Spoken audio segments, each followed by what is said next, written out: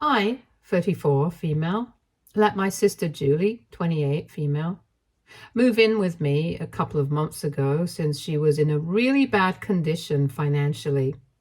Julie and I are not particularly close, but she had lost her job due to her company closing down, and within 2 weeks of that, she fell seriously sick due to the West Nile virus.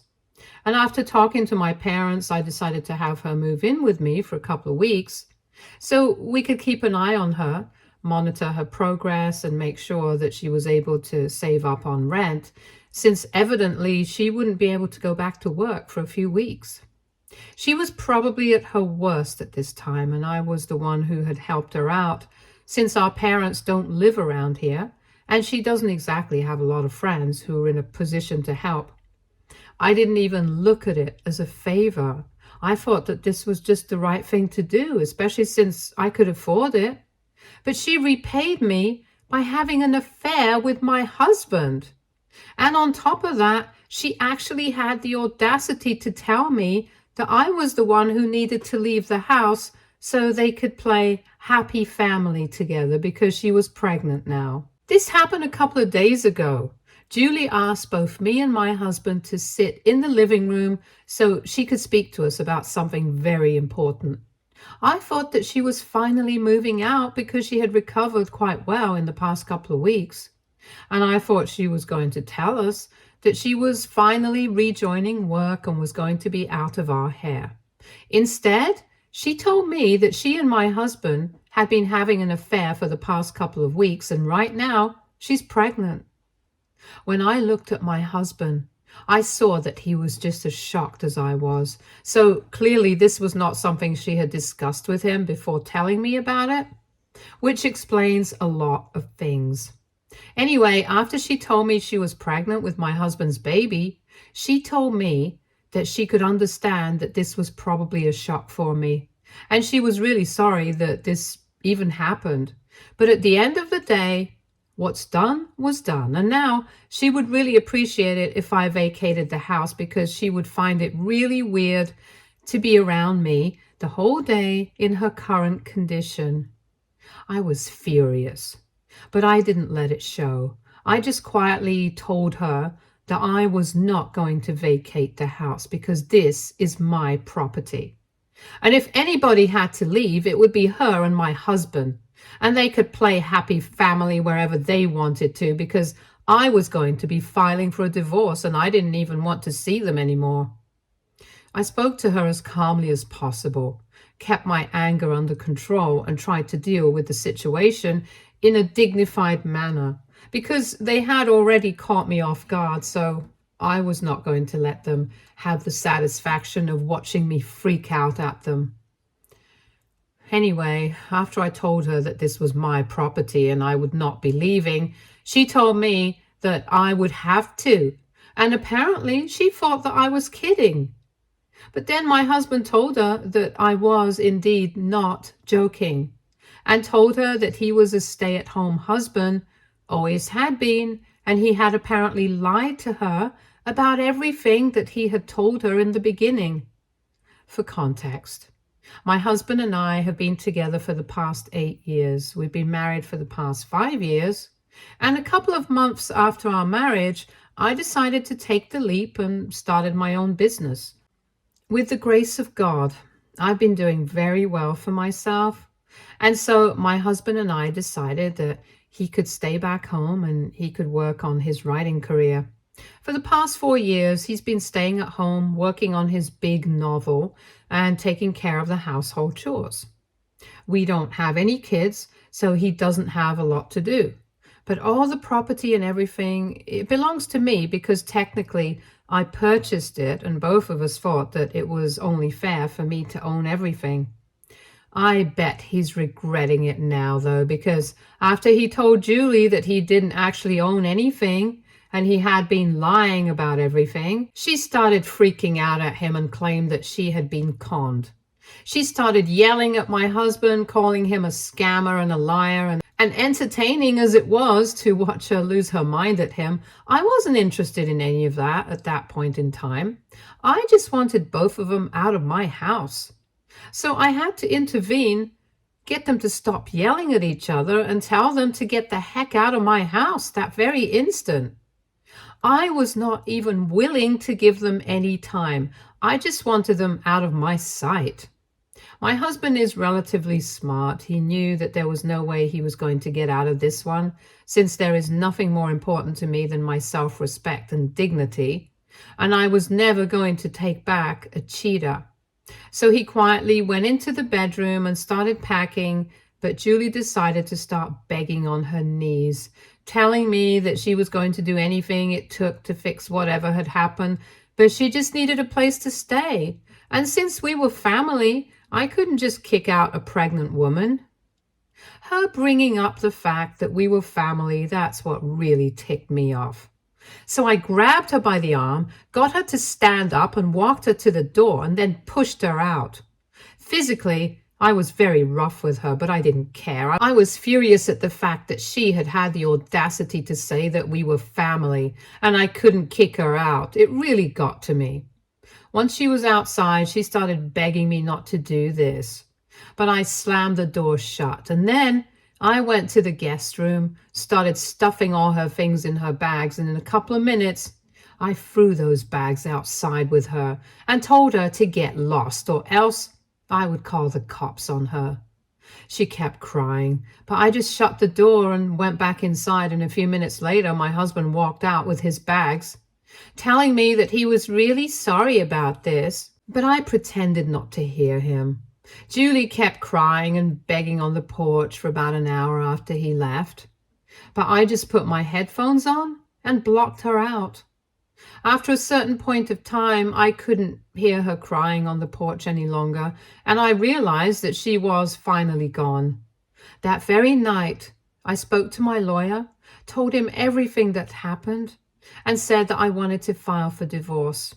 I thought that I would tell my friends and family later, but the very next day, I received a call from my parents telling me that what I had done was really unreasonable and that my behavior was heartless.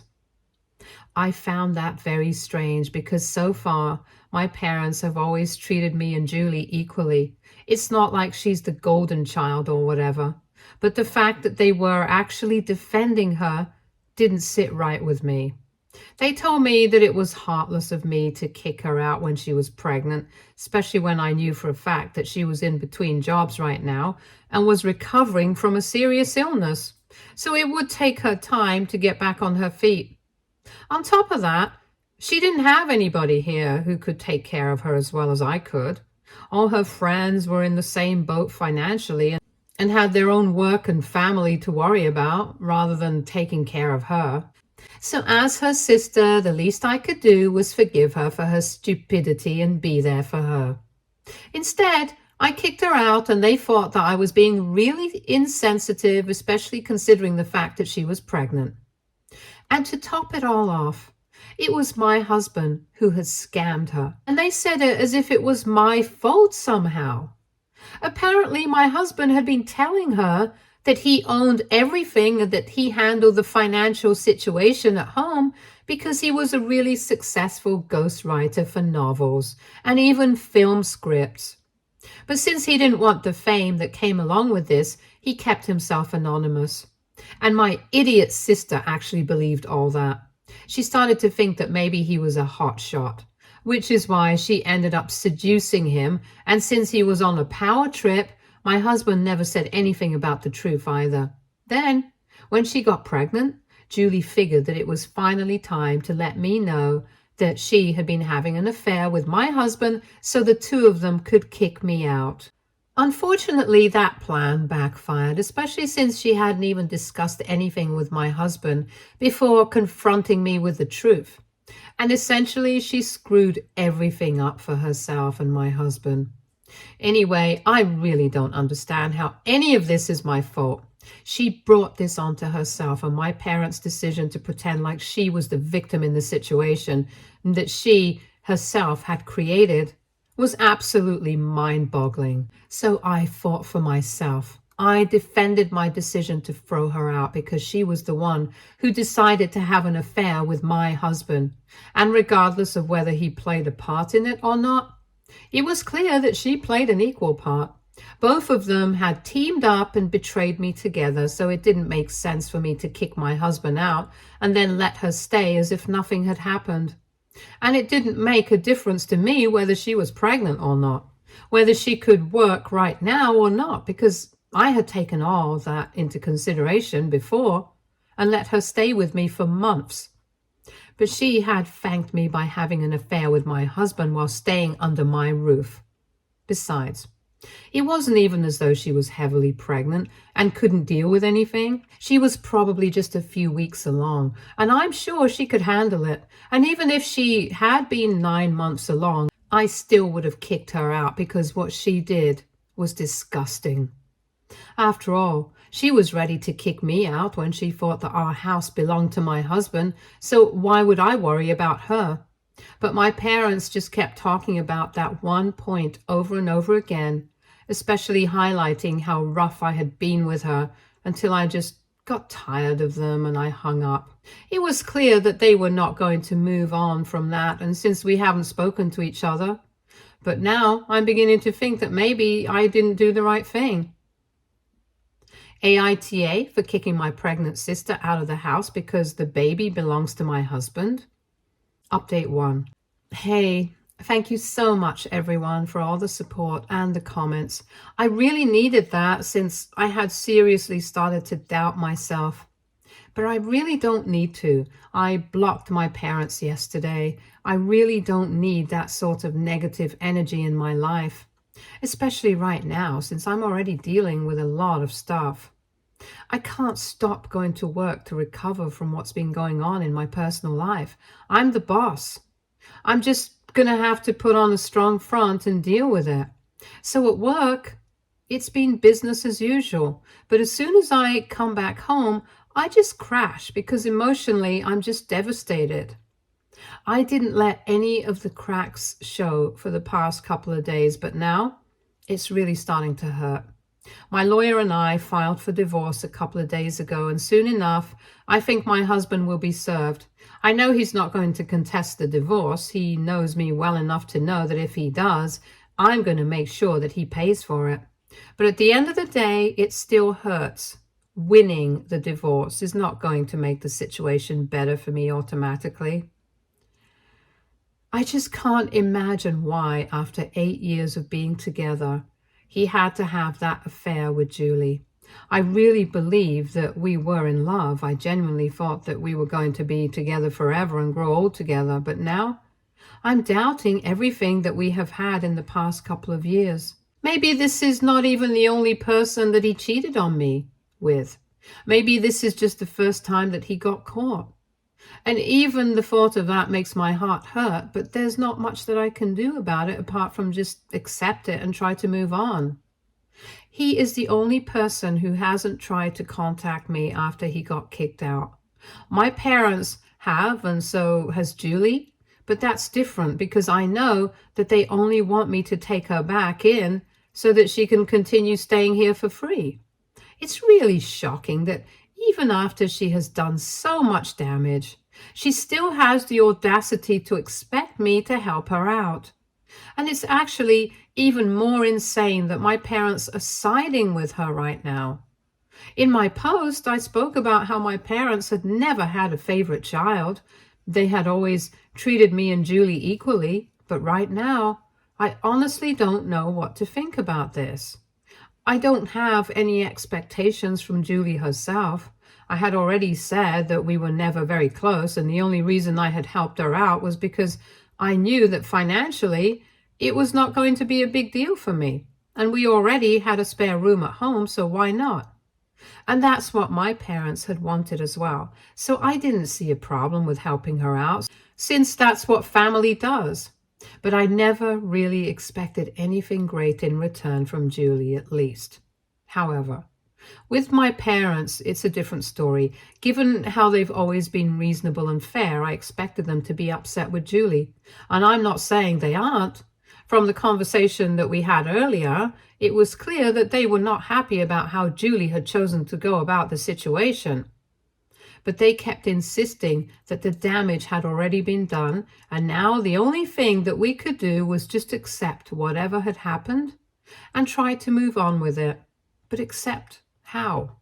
How am I supposed to accept the fact that my sister, who I supported at my worst, decided to have an affair with my husband, who has been with me for almost a decade, and on top of that, actually expected me to leave my own house?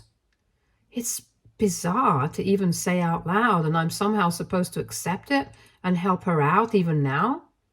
I honestly don't know what's gotten into my parents, but they have seriously disappointed me with their behavior. I think I've lost all respect that I had for them, and I don't think that I can ever regain it because the situation right now, it's really bad. Emotionally, I'm just done. And mentally, I'm only focused on my work, but everything in my personal life has pretty much fallen apart. I haven't even spoken to my friends about it, but I know at some point I'm going to have to let people know that this is happening. After all, my husband and I have a lot of common friends together, and I would rather that they found out about the situation from me than him, because I don't know what he would tell them. At this point, I don't know what to expect from anyone anymore. Anyway, now I'm only trying to focus on a couple of things for a while. First, of course, my work shouldn't suffer because of this, and I'm going to make sure of it. Secondly, I also have to worry about the divorce proceedings because even though I'm 90% sure that he's not going to contest terms, since I've decided to be pretty fair and reasonable, there is still a small chance and uncertainty about what he might do because right now it's anybody's guess. So I'm keeping all the documentation prepared and stuff just in case. But other than that, I'm trying to keep my head as blank as possible because I really don't want to overexert myself and end up spiraling. That's the last thing that I need right now. But venting about my feelings here has been really helpful. And I really, really appreciate the fact that so many of you have reached out to me, commented on my post, and been so supportive. It means the world to me. It really does. Update 2. Hey, just so as I had expected after he was served, my husband decided to hit me up and tell me that he was not going to be contesting the divorce. And he found the terms of the divorce to be very fair. He sent me a text saying all this, and then in the next one, he told me that in the past couple of days he had been thinking of ways to apologize to me. But he just couldn't come up with anything because everything that he thought he could say just seemed really flimsy and insincere. And so he just decided to get it out of the way by telling me that he was really sorry by text. He told me that he had lied to Julie just to impress her because he had been feeling very weird lately about the fact that he didn't own and had to rely on his wife for his finances. We don't even have a kid, so he couldn't even have the dignity of being a stay-at-home dad. He just felt useless, and since his novel was not coming along that well either, he felt like he had wasted 4 years of his life on something that was going to take him nowhere, and he had been feeling particularly depressed about it, but he couldn't even acknowledge it to himself, let alone talk to me about it. So he was feeling really bad about himself, and then when Julie came along, before he could even think about the depravity of what he was doing, he was lying to her about everything, tried to impress her, and soon enough they were sleeping together. He thought that it was just going to be a fling, and he felt really guilty about it, but he just couldn't control himself. He needed a way to distract himself from everything that was going on, and that was his way. But then she got pregnant, and we had that horrible conversation 2 weeks ago, after which everything pretty much went to absolute crap. And he told me that he really regrets everything that he did. He screwed everything up for us, but he promised me that this was the first and last time that he had ever cheated on me.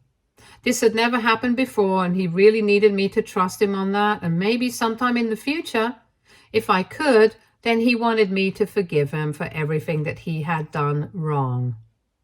That was the message, And after I was done reading, I ended up crying because it was just another reminder of everything that I had lost.